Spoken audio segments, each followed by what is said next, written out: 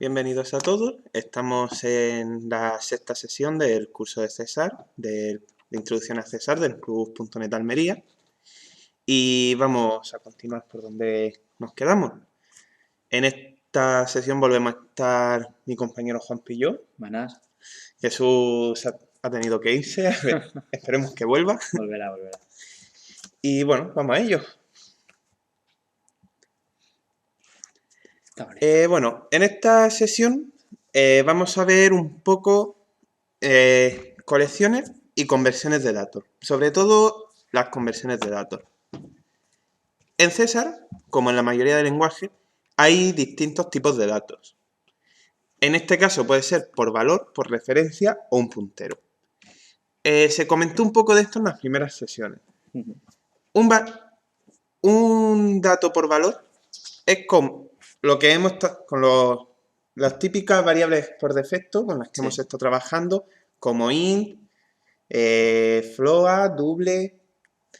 ¿Qué es? Bueno, almacena un valor real.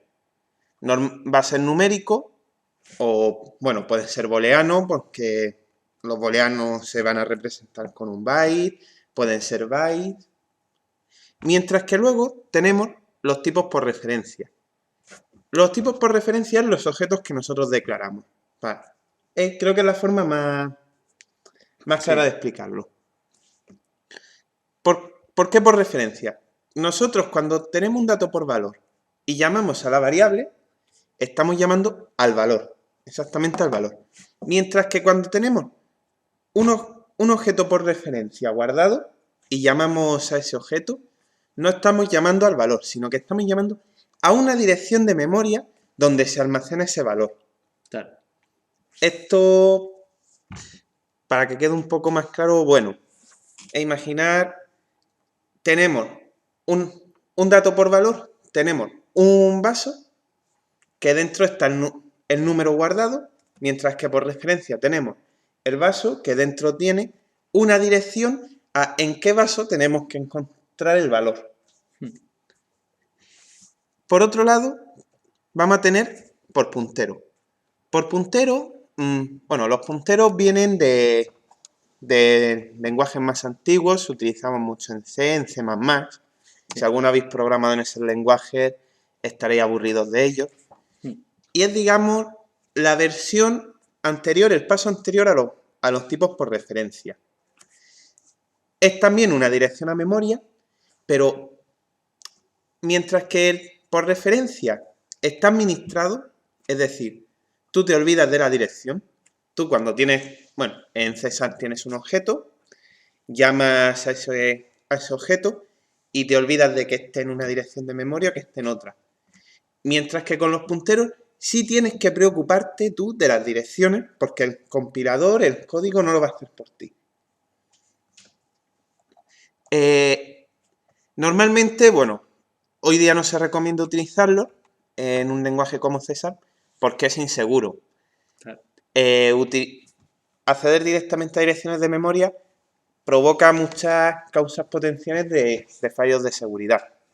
Por lo cual, dejamos que la memoria se administre sola, que vamos a evitar agujeros de seguridad, vamos a evitar errores y vamos a tener colector de basura para no preocuparnos de tener que estar borrando los objetos, etc. Claro, porque la memoria no solo se administra sola, sino que se administra bien. Exactamente. Siempre se va a administrar de forma más eficiente como vamos a hacerlo nosotros.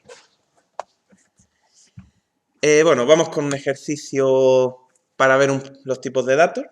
Vamos allá. En este primero se va a ver una enumeración. Una enumeración es una serie de representaciones de algo que guardamos. Por ejemplo, la enumeración pública, estaciones, primavera, verano, otoño, invierno. Queremos crear un programa que escriba nuestra estación preferida a partir de su inicial. Tenemos aquí el programa. Aquí está. Vale, sí, tiene la enumeración. Bueno, Que yo en la diapositiva no lo tengo, entonces me queda un vale, poco no importa. descolgado, lo siento. Bueno, en primer lugar está la enumeración. Una enumeración es tan sencillo como decir si es pública o privada, como cualquier otra variable o método. Enum tipo enum, porque es una enumeración, y el nombre de la enumeración. Después, entre llaves, se ponen todos los elementos. En este caso, primavera, verano, otoño, invierno. Son elementos de la enumeración, no strings.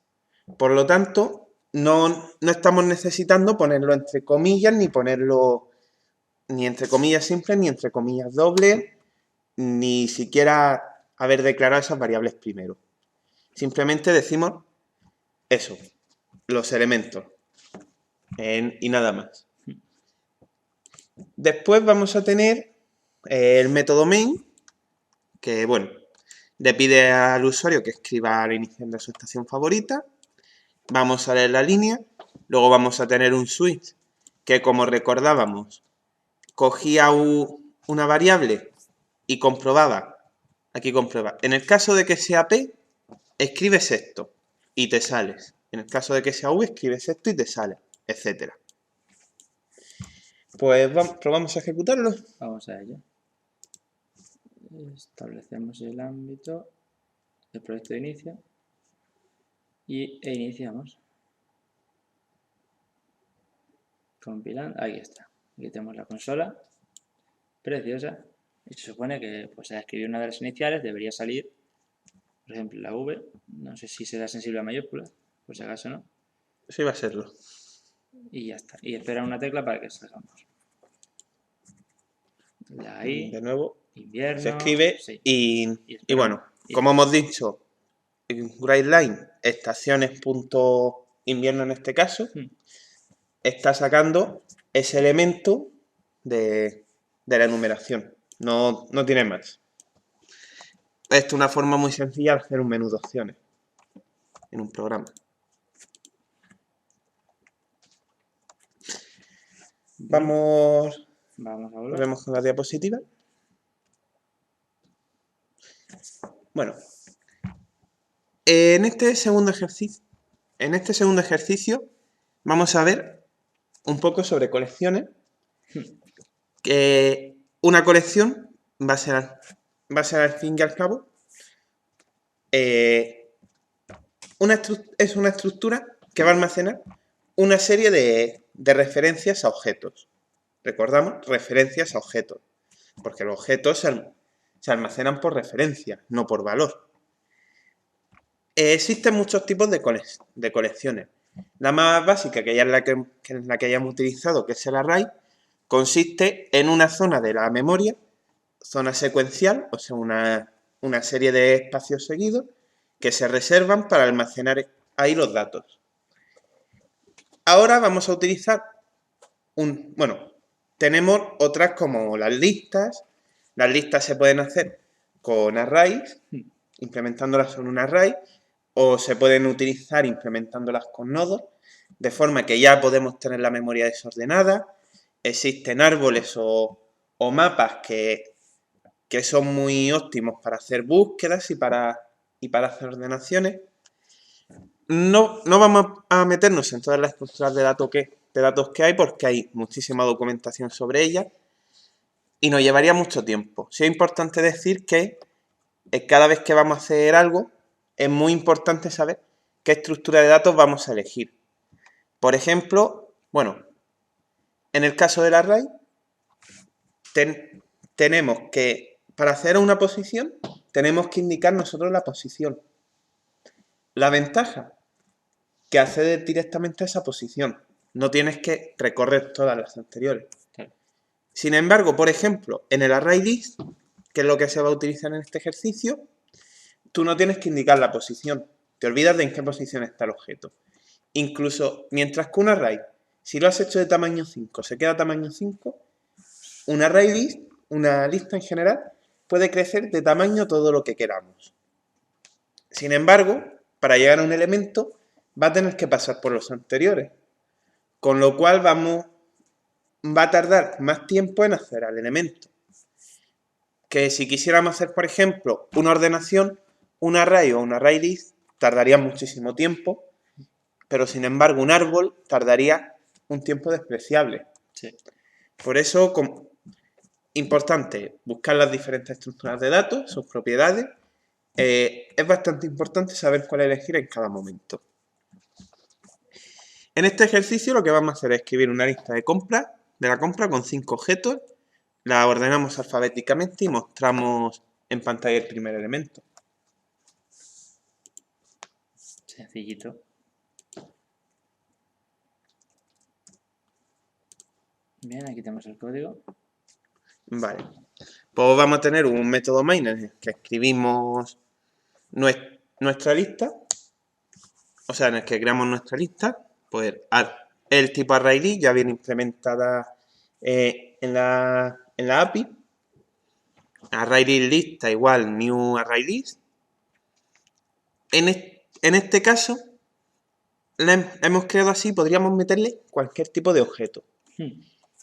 Sin embargo, veremos después, cuando veamos los tipos dentro de 2 diapositivas, que alguna estructura de datos se les puede decir, eres una estructura de datos de, por ejemplo, de objetos tipo coche, para que solamente almacene ese tipo de objetos y no almacene otros. Bueno, vamos a tener un bucle que va a estar preguntando al usuario, escriba un objeto, y cada vez que escribe un objeto, vamos a llamar al método addLista para almacenarlo. Mientras que en un array teníamos que decir array de la posición 0 igual a tal elemento, aquí llamamos al método add pasándole el objeto que queremos almacenar y nos olvidamos de cómo lo almacene y dónde lo almacene. Simplemente sabemos que está ahí. Después vamos a llamar al método sort, que este método va a ejecutar una ordenación automáticamente de los elementos. Lógicamente tienen que ser ordenables de alguna manera. O si son string, pues por orden alfabético. Si son números, lo ordenará de mayor a menor o de menor a mayor. Si es algún otro tipo de objeto, tiene que poderse ordenar el objeto, indicándole con algún método la ordenación o incluso crear nuestro propio método de ordenación.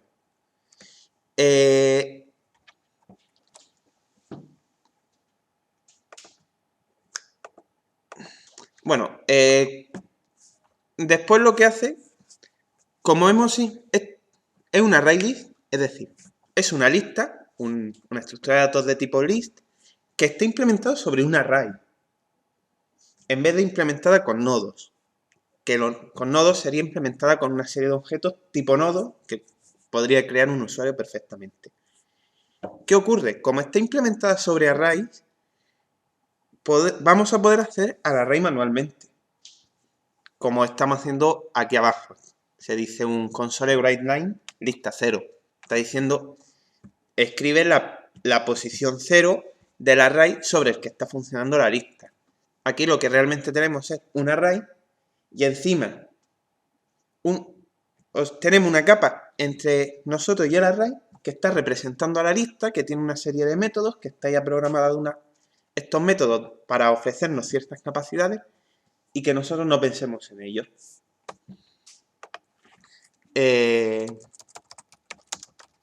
Ejecutas el código. Hay que 5 objetos. Bueno, vamos a poner un coche, una casa, una barra de pan, un ratón y una camisa. Y me ha sacado que el primer objeto por orden alfabético es camisa. No lo creemos. ¿No lo creemos? Sí, no lo creemos. Y si no, da igual. ¿Y qué pasa si, por ejemplo, le ponen números a la lista? Vamos a comprobar. Debería ordenarlos, ¿no? Por un valor, pero lo que no sabemos es si por defecto mayor a menor o menor a mayor. Pues 3, 4, 5, 6, 7. El 3, de menor a mayor. Vale.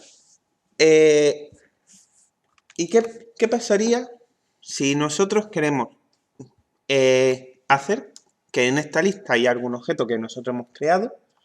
O, por ejemplo, queremos que la ordenación se haga de otra manera. existe un tipo de clase especial llamada compares que se puede implementar gracias a la herencia. La sesión de herencia la hemos visto ya. Creo que no. Vale. Creo que es después, me parece. Vale. Bueno, se puede implementar gracias a herencia. Cuando la demos, recuérdame que les vuelva a refrescar esto. La herencia. Si nosotros implementamos el compares, tenemos una versión de sort a la que le podemos pasar una clase tipo compares que lo que hará es indicar al método cómo tiene que ordenar. Porque nosotros le estamos pasando qué comparador queremos que use. Es decir, le estamos diciendo compara de esta manera. Si comparas de esta manera, por lo tanto ordenas de esta manera. Bueno, implementar...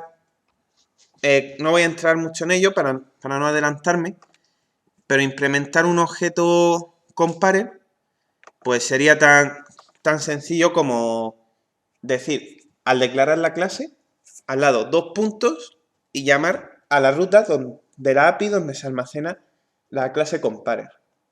Esto hará que ya tengamos por defecto una serie de métodos, nos obligará a escribir otra serie de métodos. Como digo, ya nos meteremos más fuerte con esto, ¿vale? Adentro. Que es una sesión por sí sola. Vale, los genéricos. Habíamos dicho que, ¿qué pasa si yo quiero tener una lista en la que solamente se almacenan coches? No se almacena ninguna otra cosa. Porque en la anterior solamente podían poner cualquier cosa. Podía poner un string, un número, un coche, lo cual puede dar problemas a nuestro programa si le ponemos cualquier elemento. Vale. Existen los genéricos que es indicarle nosotros a la estructura de datos, nosotros creamos, en general, una clase genérica en función de un elemento que se llama t, y cuando nosotros declaramos esa clase, en este caso va a ser la lista, le podemos decir, quiero que sea de este tipo. Claro. Quiero que sea un string. Obligatoriamente, tu clase sea en función de un string. Claro, de esa forma lo estaba acotando, porque los métodos de comparación, por ejemplo, ¿cómo puedes comparar un entero con un string? Tendrías que currártelo mucho, entonces. Vamos entonces... Bueno, vamos a verlo directamente sobre el ejemplo, que va a ser mucho mejor. Vamos a verlo. Que dice... Bueno, se ha adelantado. Si queréis, Vuelve a la diapositiva. lo leemos en primero. Vale, lo siento. Escribe una lista de la compra de 5 elementos y muestra por pantalla, de nuevo, cuántas unidades quiere comprar. Vale. Bien, ahora vamos a ello. Vámonos al código. Vamos a hacer el cambio.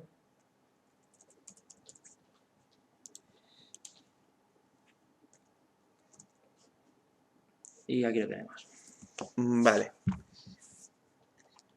El código en principio es bastante parecido al que teníamos, sin embargo, aquí tenemos list string.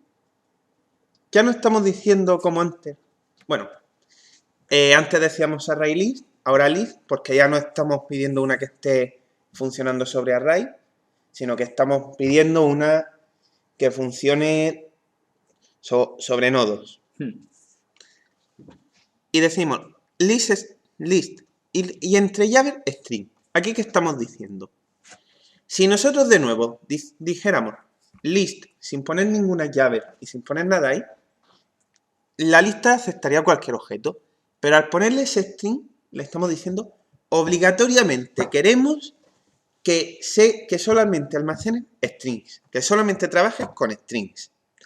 Si se le intenta pasar un objeto de otro tipo, saltará un error diciendo no puedes hacer esto.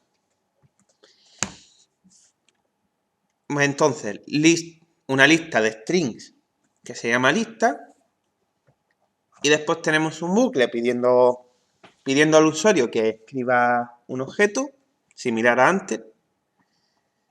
Después vamos a crear un objeto random para generar números aleatorios y vamos a decir, bueno, para cada...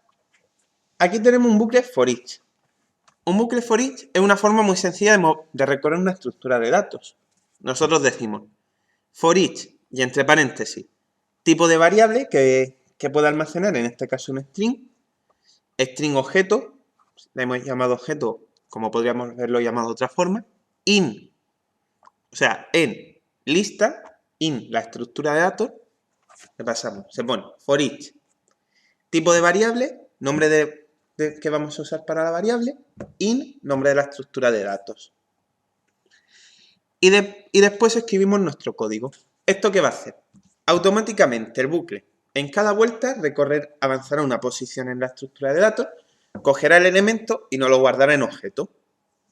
Esto es como si hubiéramos puesto un bucle for y en cada iteración dijésemos objeto es igual a tal. Siguiente iteración, objeto es igual a tal. Pasa que aquí nos olvidamos. Sabemos que objeto en cada vuelta va a tener un elemento y trabajamos con él. Y que el bucle va a parar solo cuando la estructura de datos se acabe. Y bueno, va a escribir por pantalla el nombre, va a escribir el objeto, va a poner un igual y va a decir que es un número aleatorio, en vez de mostrar la primera posición como antes. Excusa para enseñar un bucle for each. Sí. Ejecutar.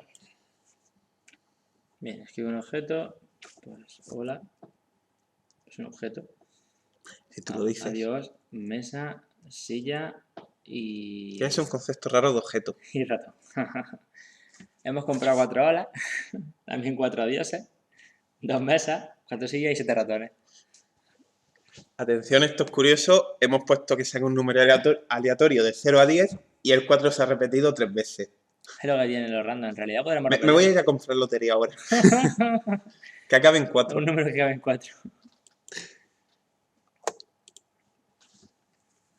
Bueno, vamos a continuar peleándonos con los tipos de datos y con las conversiones de datos.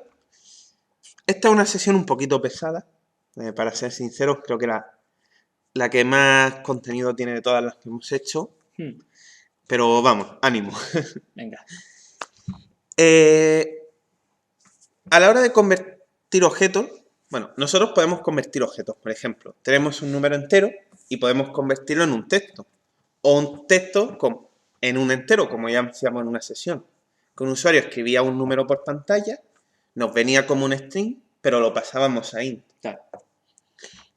Estos se llaman las conversiones. Y existen conversiones de 2 tipos, de bossing y de unbossing. Bueno, que una conversión tipo bossing es convertir un tipo de valor a uno de referencia. Recordamos, uno que almacena directamente el valor a una referencia a una posición de memoria. ¿Cómo se puede hacer, por ejemplo, en el código? Bueno, pues tenemos una variable tipo entero que se llama int y almacena 123.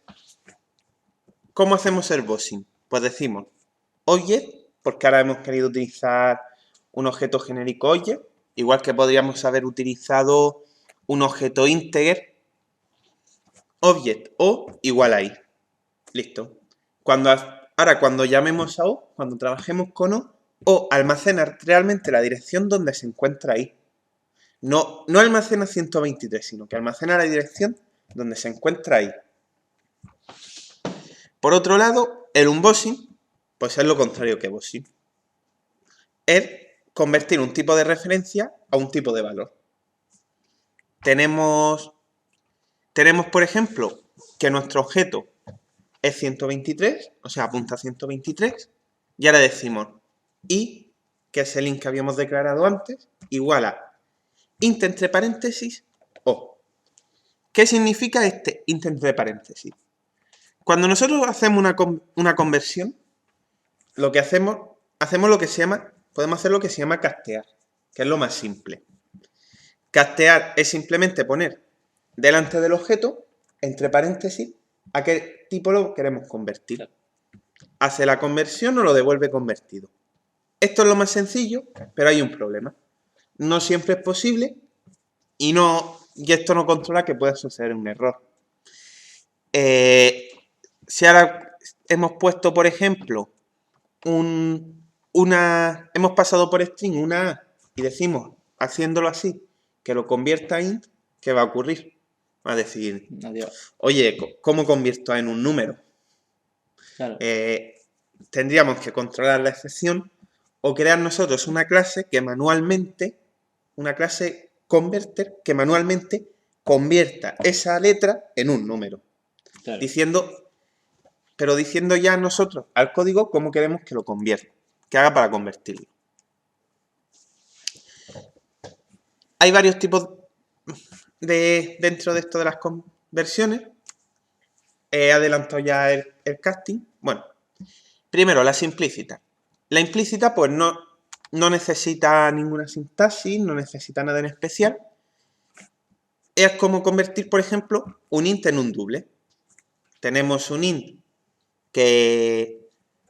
Bueno, tenemos un int que almacena hasta un rango y queremos poner un double para que almacene números todavía más grandes. Bueno, si nosotros creamos double A igual a un int que ya teníamos, no va a haber problema. Eso se va a ejecutar bien, no va a suceder ningún error y lo va a hacer. No se pierde nada, no cambia nada. Después están las explícitas o casting.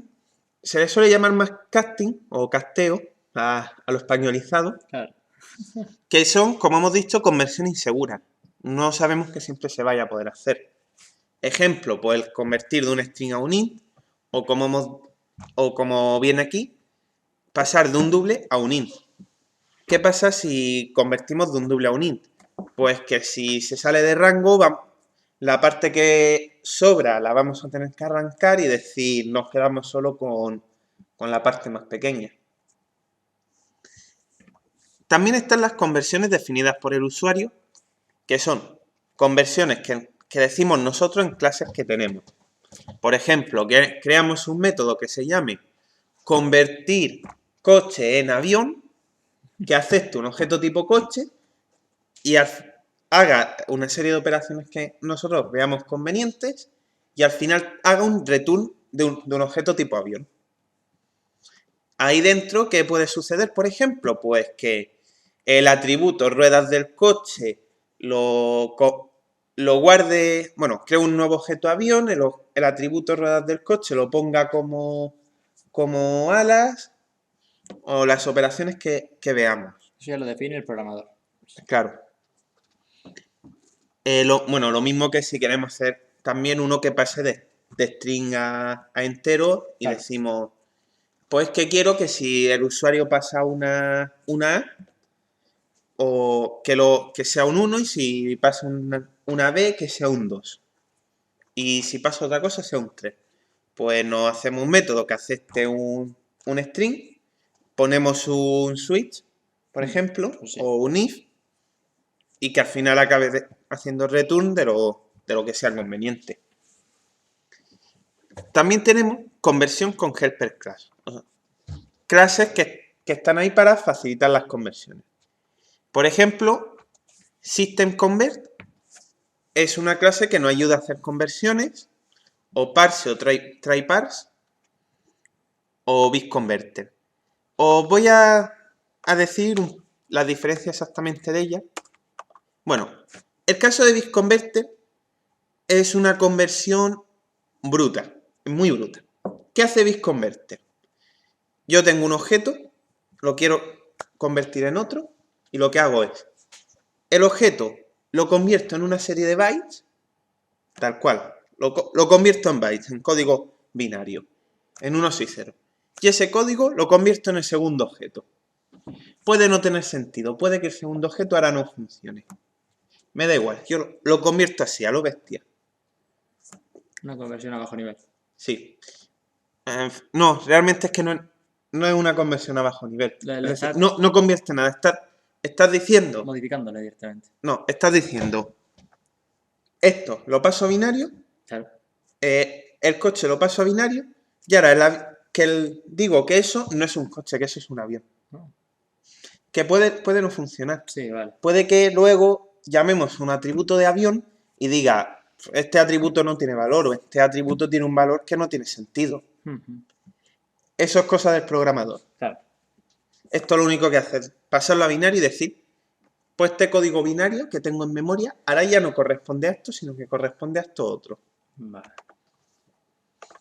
Luego vamos a continuar. Hemos preparado un pequeño ejemplo con las distintas formas de convertir para que se vean un poco mejor.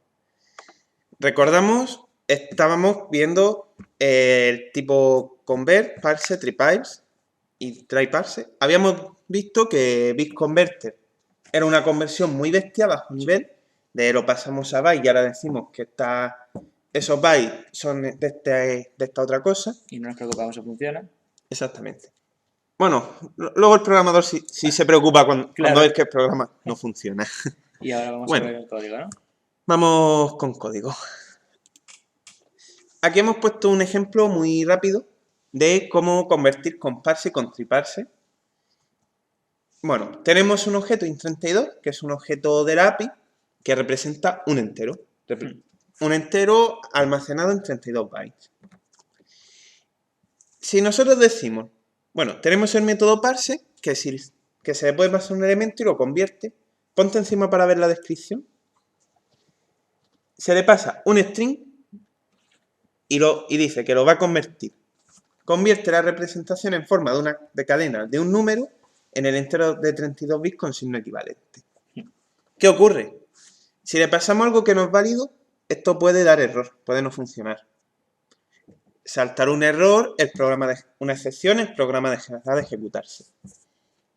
¿Qué podemos hacer? Controlar la excepción o utilizar el método tryparse. Tryparse va a devolver un booleano. No va a devolver como el otro. Bueno, el otro devuelve, pasa que nosotros no lo hemos igualado, pero devuelve el objeto convertido. Va a devolver ya un int convertido. Mientras que tryparse devuelve un booleano. Va a devolver true si ha podido hacer la conversión y false si no ha podido hacer la conversión. ¿Y dónde le decimos en dónde quiere que guarde el elemento que va a convertir?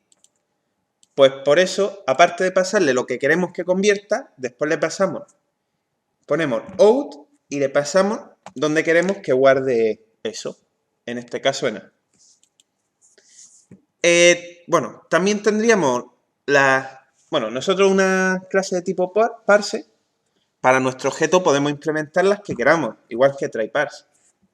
Simplemente se crea un método parse y ponemos que acepte el tipo de objeto que queramos y haga la serie de operaciones que nos convengan y haga un return.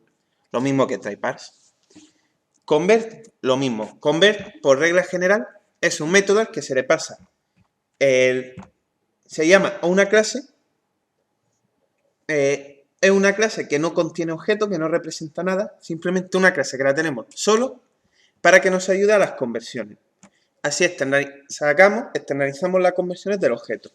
Y llamamos nuestra clase convertidor multiusos 2000 punto convert, y al método convert le pasamos un objeto, otro, o sea, el objeto que queremos que convierta y en dónde queremos que lo guarde. Y listo. Y tenemos una superclase. Para hacer todo esto tendríamos que... Bueno, para hacer todo esto tenemos normalmente, lo podemos hacer tal cual, o para aprovechar todas las características, utilizar herencia, que como hemos dicho, se explicará. Heredar de, bueno, en el caso de un converter, heredar de lo que de System Converter, Sí, claro. para que implemente ciertos comportamientos. Por último, vamos a ver dos operadores especiales que hay, el operador is y el operador as.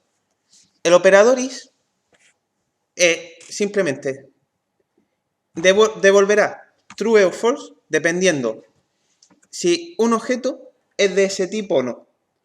Si nosotros decimos, creamos int a y decimos a is string, dirá que no. Si decimos a is int, dirá que sí. Por otro lado, as no solo pregunta, sino que convierte. Es decir, hace la conversión, decimos int, hemos creado la variable int a y decimos a as string y devolverá o el valor convertido a string o devolverá null, un valor nulo, en el caso de que no haya podido hacerlo. Para esto vamos a ver otro ejemplo que tenemos. ¿Lo leemos primero? ¿O vamos directamente? Vete al código. Vamos al código.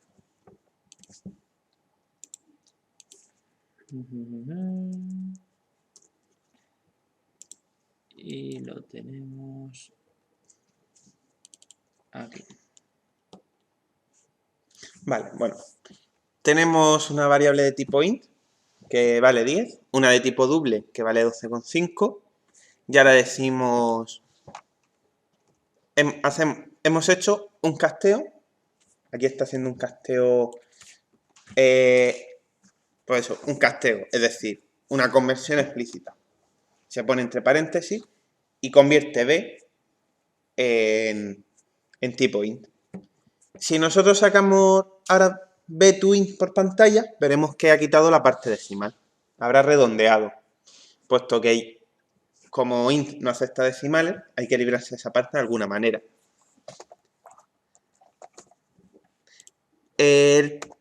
Vamos a ver el siguiente ejemplo, directamente sin ver el enunciado.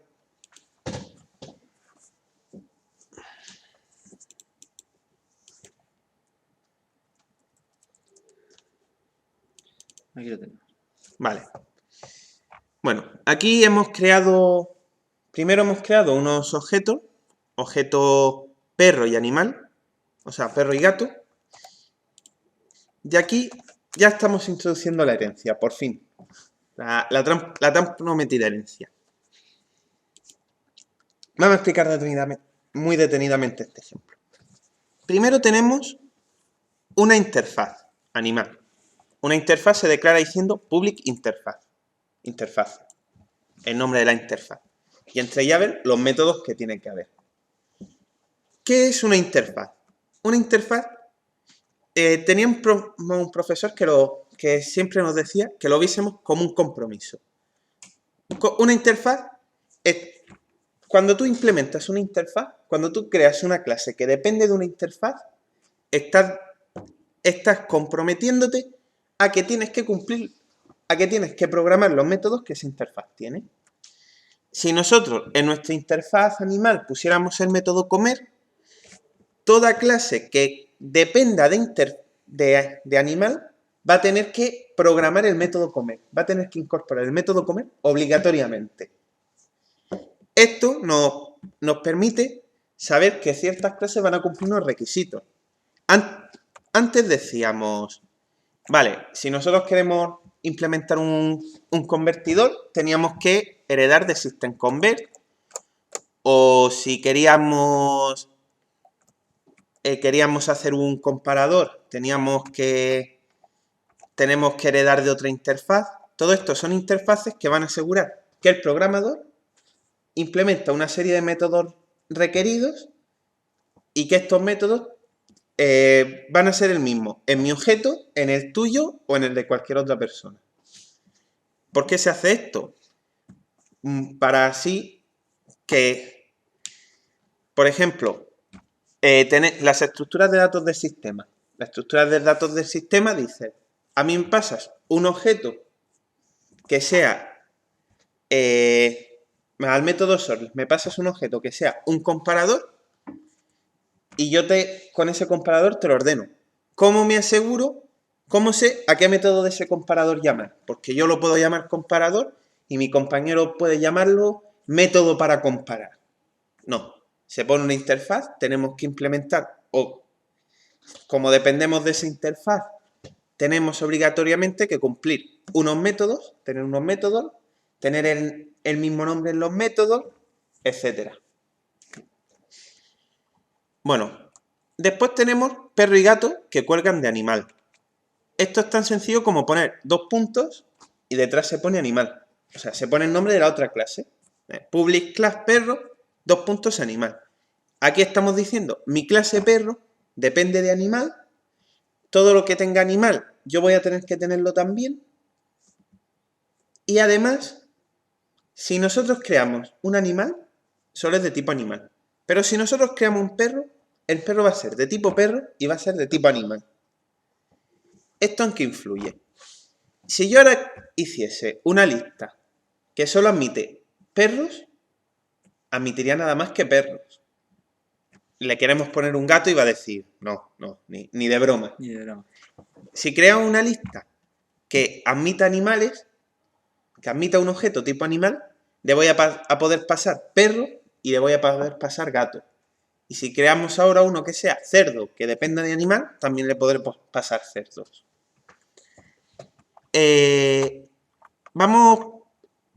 ¿Por qué no implementas un método en animal? Vale, el animal. Para que se vea un poco mejor este comportamiento. Podemos que devuelva un get del nombre, por ejemplo. Algo sencillo. Un método público. String nombre. No, un atributo no, un método. Vale, un método. Un método sencillo, que haga un return true, por ejemplo. Vale. Public ball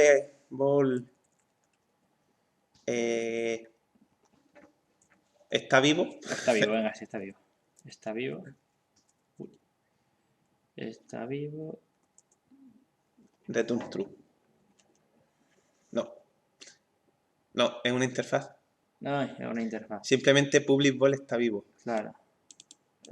Public ball está vivo, sí, claro, el return se pone aquí. En una interfaz los métodos no se programan. Simplemente se declaran. Claro, se declara.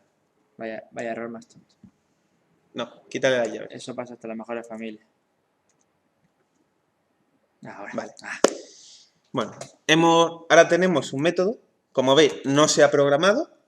Si nosotros le pusiésemos líneas de código, pasará como él. Pondrá una línea roja muy bonita y dirá, en una interfaz no puedes programar nada. Así te sea. En una interfaz no programes.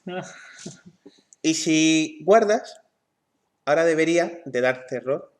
Aquí me dice que implemente los métodos. Le está diciendo, oye, gato cuelga de animal. Animal tiene métodos, está obligando a que tú pongas un método que no has puesto. Hazlo. Es más, si le damos al botón, sale, directamente nos genera el método. Y aquí ahora me salta el mismo error. Lo mismo. Y ahora ya. Nos genera el método para que ahora sí nosotros lo programemos.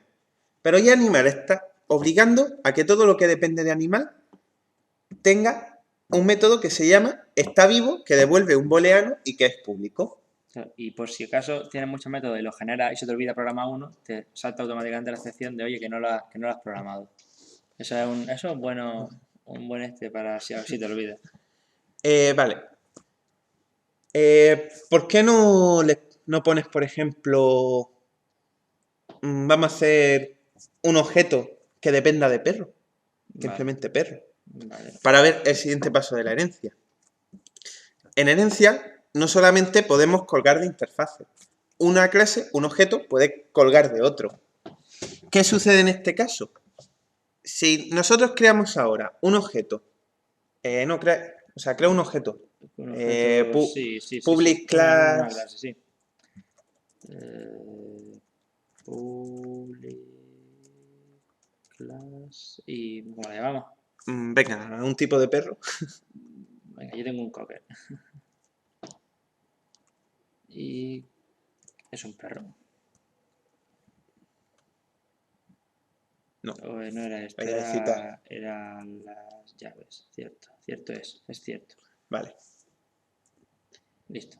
Bueno, ahora hemos creado un nuevo objeto tipo cocker que cuelga de perro.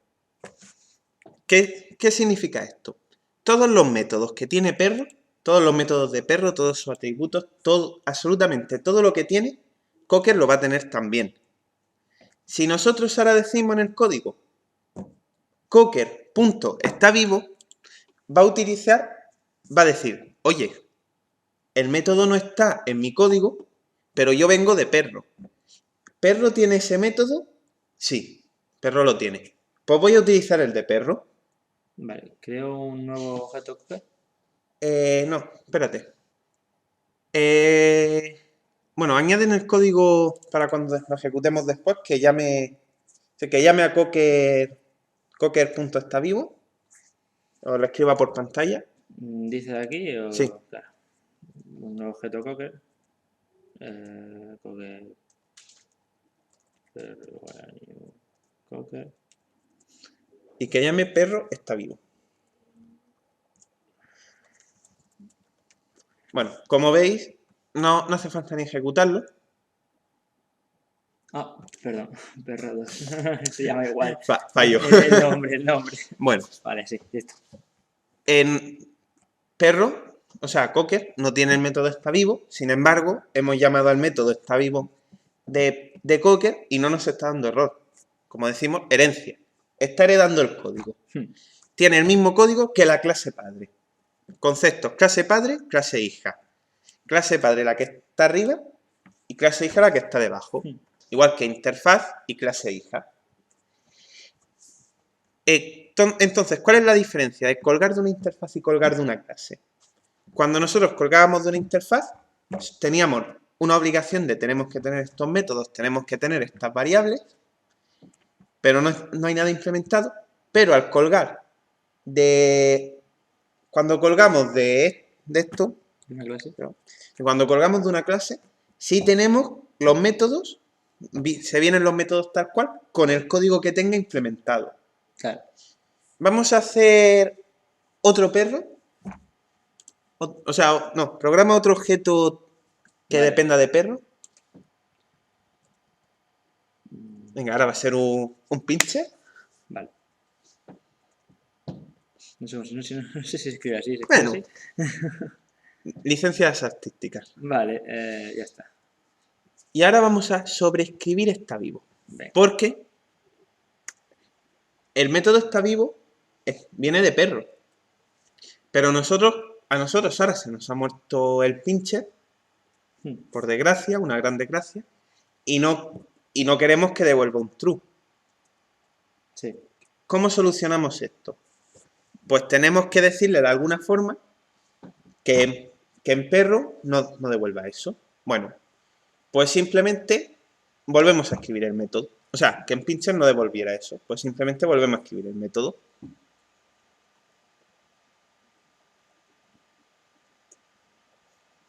Return false. Te sale una alertita verde. Sí. Y a ver si consigo saber qué me está diciendo. Supongo que me estará pidiendo que le meta Que lo etiqueta. sobrescriba. Exactamente, la etiqueta del override. ¿Qué sería esta cosa? Que no sé si No. es... No, vale. Aquí no es así. Cago en... Cachis se llama. Tienes que ponerlo entre public y el tipo que devuelve. Ah. Se nota que vienes de Java. Lo siento, perdón. Nada, no. Bueno, ¿por qué nos ha pedido que pongamos override? Nosotros ya tenemos el método de perro, o sea, pincher tiene el método está vivo que le viene de perro, programado, pero nosotros no queremos este método, sino que queremos cambiarlo, queremos sobreescribirlo. Override significa tal cual, sobreescribir. ¿Qué hacemos? Escribimos el mismo método, pero poniendo entre si es público y privado y el tipo de variable que devuelve, la palabra override, la palabra reservado override. Y ya podemos volver a escribir el método. ¿Qué va a hacer esto? Ignorará el código que le viene del padre y cuando nosotros llamemos al método, llamará al código de este método. ¿Esto por qué se hace? ¿Por qué es útil? Bueno, nos permite reutilizar muchísimo código. Imaginad que tenemos, vamos a tener 100 animales distintos en nuestro código y que de esos 100 animales distintos resulta que todos tienen los mismos 20 métodos menos 2 o 3 animales que cambien en un método. Un método se comporta distinto. Pues podemos decir que todos vengan de animal. Animal, en vez de ser una interfaz, decimos que sea una clase.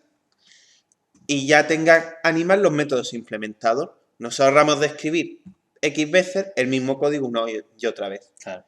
A la hora de querer cambiarlo, pues simplemente nos iríamos a animal y lo cambiaríamos en animal en vez de estar cambiándolo en 50 clases distintas.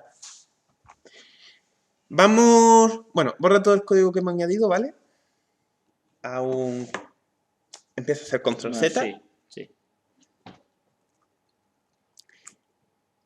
Ahora que supongo que se ha entendido esto de la herencia, vamos a volver a las conversiones con el operador is que habíamos visto antes y comparaciones.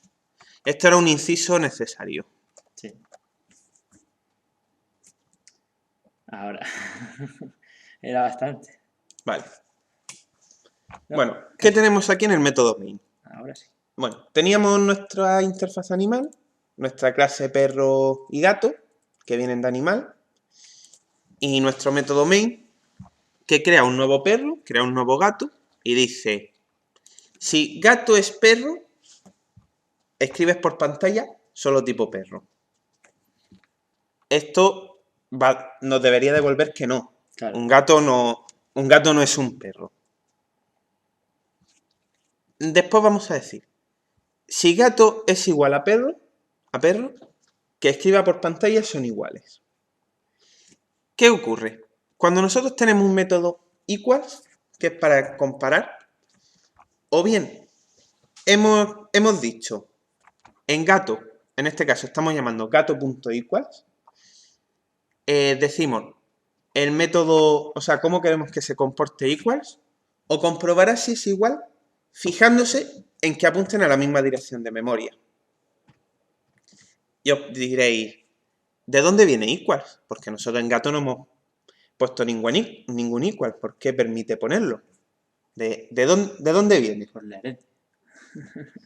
Pues resulta que en César y en muchos lenguajes de programación orientada a objetos tenemos una clase llamada Object, un objeto abstracto que se llama Object, que de él heredan todos los objetos que creamos. Cualquier objeto creado hereda de él. Y ese es quien tiene el método equals y quien tiene otros métodos que nosotros al crear un objeto vamos a disponer por defecto y que podremos volver a programar. Bueno, después vamos a decir si gato es distinto de perro, utilizando el mismo operador que se utilizaba para tipos numéricos, que también se puede sobreescribir. Y decimos, pues bueno, si es tal, escribe. O sea, si son distintos, escribe gato getType. GetType es otro método que nos viene de Object, que devuelve el tipo del objeto, es diferente de perro getType. Dale. ¿Empezamos?